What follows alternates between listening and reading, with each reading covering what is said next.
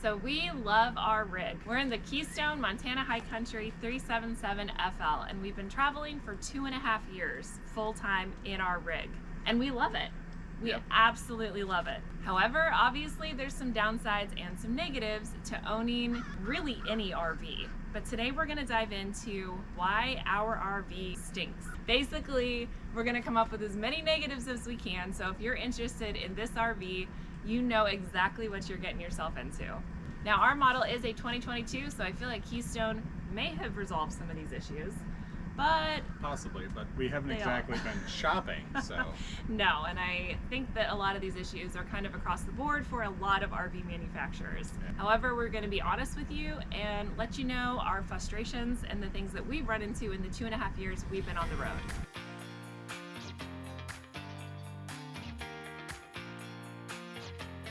One of the negatives that really causes us the most stress and anxiety is the drop frame back here, which exists because we have a loft over the rear bedroom. So we always struggle with it scraping when we're going down the road. So most recently it happened when we were in Ohio. We took a really sharp right turn and the turn went downhill.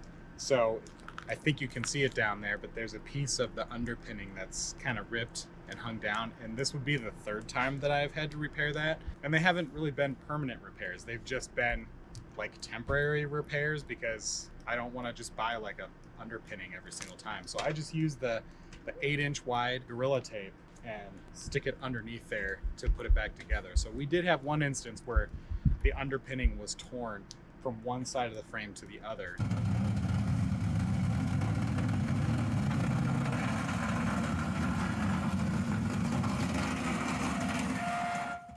That I used some zip ties with that repair along with the tape, but that's probably the one that causes the most stress and anxiety. Another issue we've had, and we're not 100% certain when it started, if we had it from the very beginning and I just never noticed that it was happening, or if it's something that developed over time. But I know like the fun little keyword everybody wants to use right now is frame flex, and I don't know if I can blame it on frame flex. So when we flip up the stairs, the wall moves out. The whole wall moves. So it's clearly detached over here on this side. And we're not sure how or why, if it was frame flex or what, but it stays put when we're just sitting here, and it stays put when we're driving down the road. But, you know, I think that's more of, in my opinion, a manufacturer issue, just throwing things together and not really paying attention to those details like that. So anybody who has one of these big fifth wheels knows and understands the frustrations of the Lippert auto level system. So it's just frustrating. Sometimes it just does weird things and you don't know why, and it doesn't give you an explanation. And so you just have to basically start over. Sometimes it requires rehitching and retracting all the jacks and all that fun stuff. But that's been kind of a frustration. It doesn't happen that often. And honestly, at this point, 2.5 years in, I know how to trick it to do certain things. But one of the things that was really annoying about it was it came from the factory off level. So the level that it thought was level wasn't really level. And I never really took the time to look into how to reset a new level. So, you know, 2.5 years in seemed like a great time to start Googling and figuring that out. So a couple weeks ago, maybe a month ago or so, we leveled it manually with a level inside on the floor. And so now when we hit auto level, it's actually level, and that has changed how the RV feels completely when we're inside of it. Doors swing normally now, and honestly the RV doesn't shake and sway as much when we're walking around the house just in general. So it takes time, but once you get used to the weird quirks about the Lippert leveling system, you know, you get to a point where you know how to trick it and get it to do what you want it to do. My last frustration with outdoor items is that the kitchen gray tank, the valve for it, is underneath this slide. And I'm not a small person, so I don't really enjoy getting down on my hands and knees and crawling through gravel, rocks, or whatever else we're parked on to get down there and pull that valve. So I almost never touch it, which is probably maybe a bad thing, but yeah, I just don't want to crawl down there. All right, I think that's it for the outside. Let's head inside.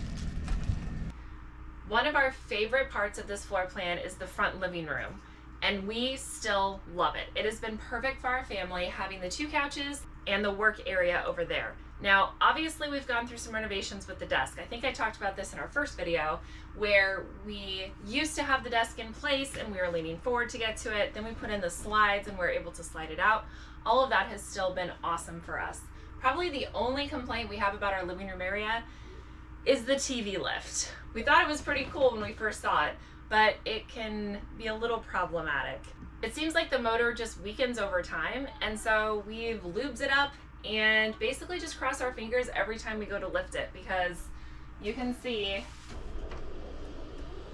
lights flicker and it just took a few seconds. Also, we like to drop things down there and it goes behind the fireplace area and it's really hard to get out. We just got one of those awesome little garbage grabbers though, and now I kind of don't care what falls back there because then it gives me an excuse to use the grabber to get it out. We are on our second fireplace, but thankfully that's easy to replace, so we replaced it. I'm sure you've seen that a lot of people have problems with their slides in their RV. And honestly, we have managed really well with our slides. We haven't had really any issues. However, this slide has been causing us some issues lately. I believe it's because we put too much weight in the slide. Before, we just had a couch over here. Now we actually have an entertainment center and that has all of our electronic stuff. So I think it's just a little bit too heavy. The sides are just out of sync right now. Thankfully, it still moves in and out just fine. John might have to like push on one side and make sure it kind of wiggles back in just right.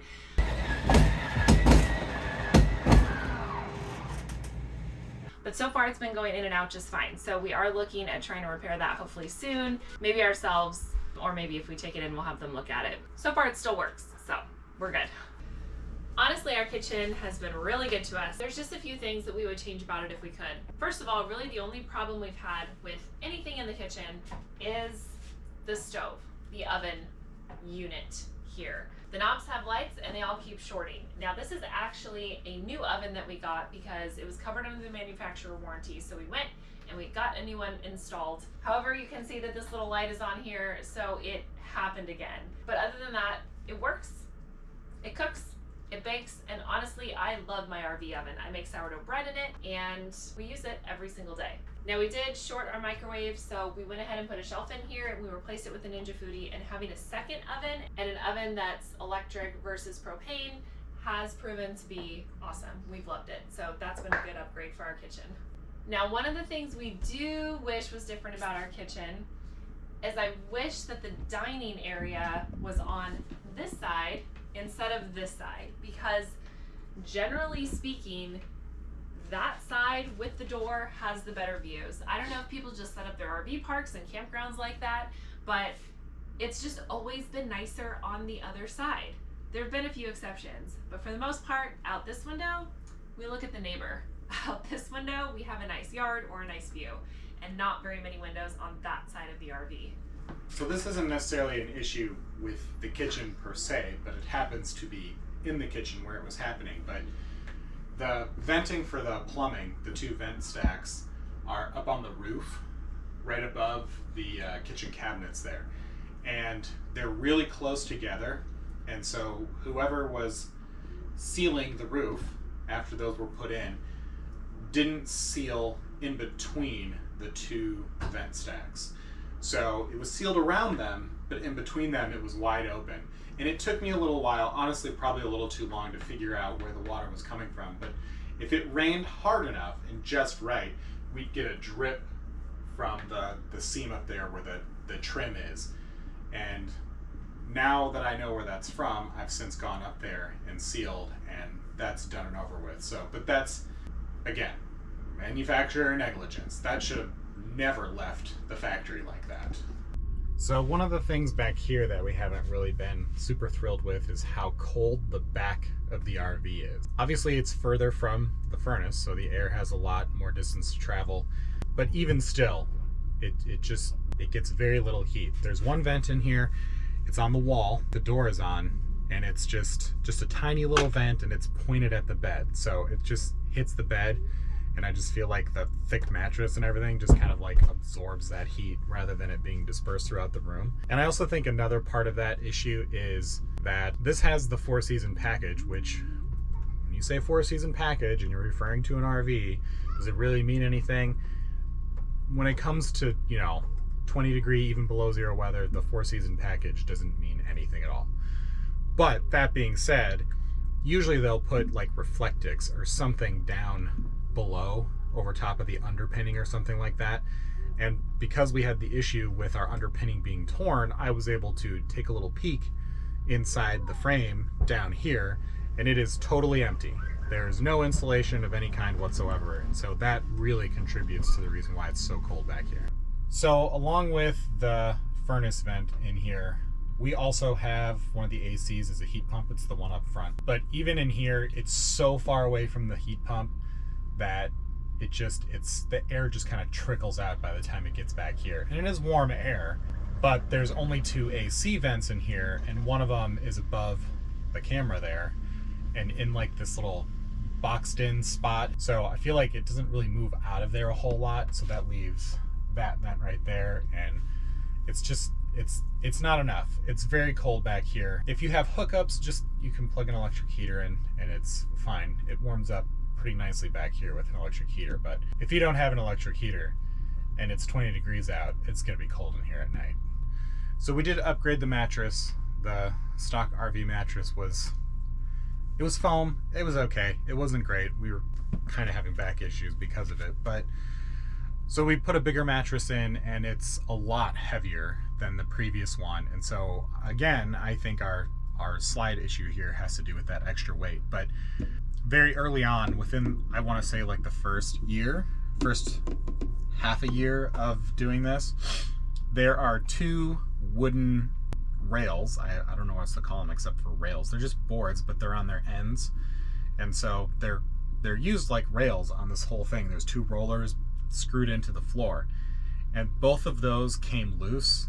They were only staples holding them in where they were, so they came loose, and one came all the way off the rail, and it was like a diagonal underneath the bed. And so we'd try to put the slide out and it would pinch, and the slide would only go out so far, it wouldn't fully extend. So then we got underneath, we saw that, and I had to put it all back together, and it's just never been the same since. So now the storage part of it like sunk down, and so the base of the bed that it supposedly is riding on was still at the proper height, but the frame around it had sunk.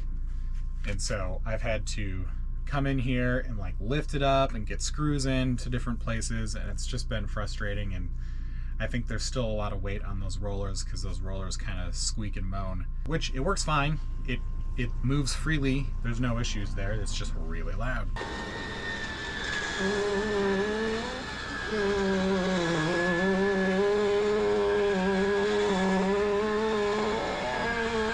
All the other people at the RV parks are like, oh, I wonder what's going on with that. I'd hate to be those guys with that slide issue. So we just deal with it.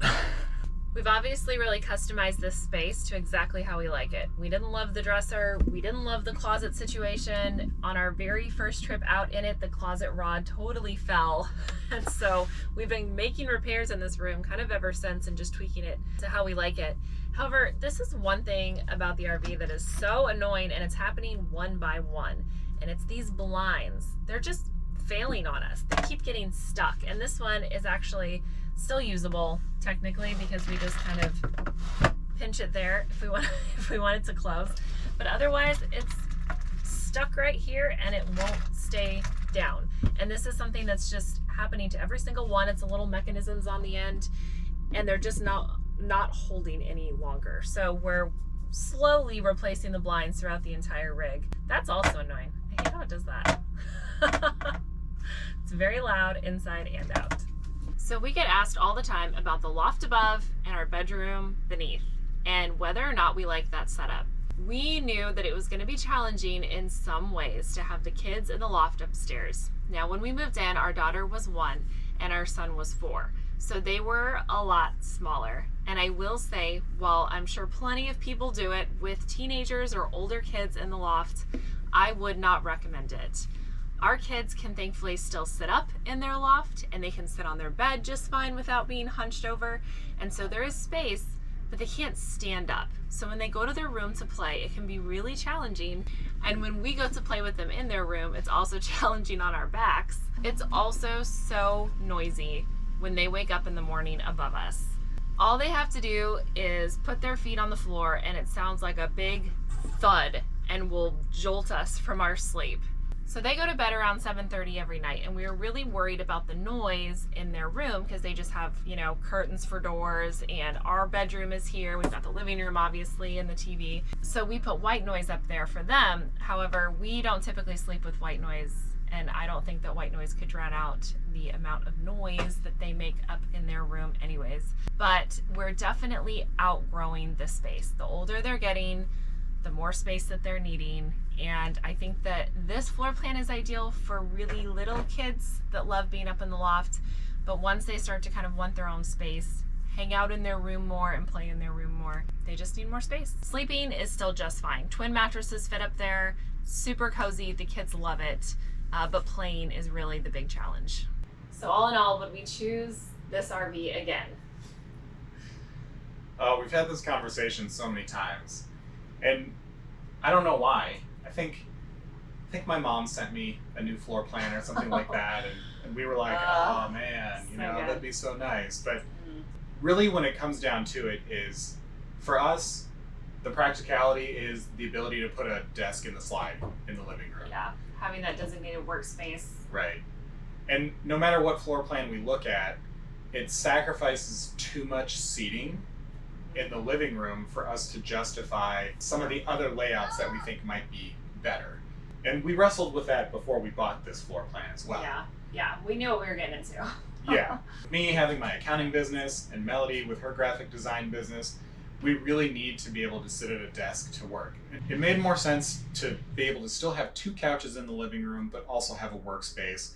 And then the kids can play in their room, and that they're on the exact opposite side of the RV, which makes undisturbed work a little bit easier. RV manufacturers are getting smart, and they know that there's a lot of full-time RVing families now, and so they're coming out with some creative floor plans. That being said, keep in mind the length of your RV and the weight of your RV, because sure, this is no small RV, and there's plenty of places that we have not been able to fit into because this RV is so massive. But comparatively to some of these 45-foot RVs or RVs that weigh 23,000 pounds. 18,000 pounds dry. Yeah. You fill it up and you're over 21,000 pounds, and you're looking at needing an F450 or a Silverado 4500, you know? Yeah.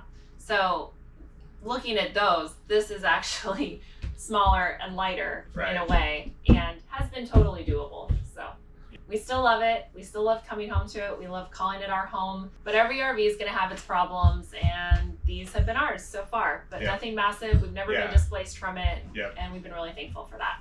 Yeah. Everything has been easy to deal with, easy to fix, and no catastrophic failures.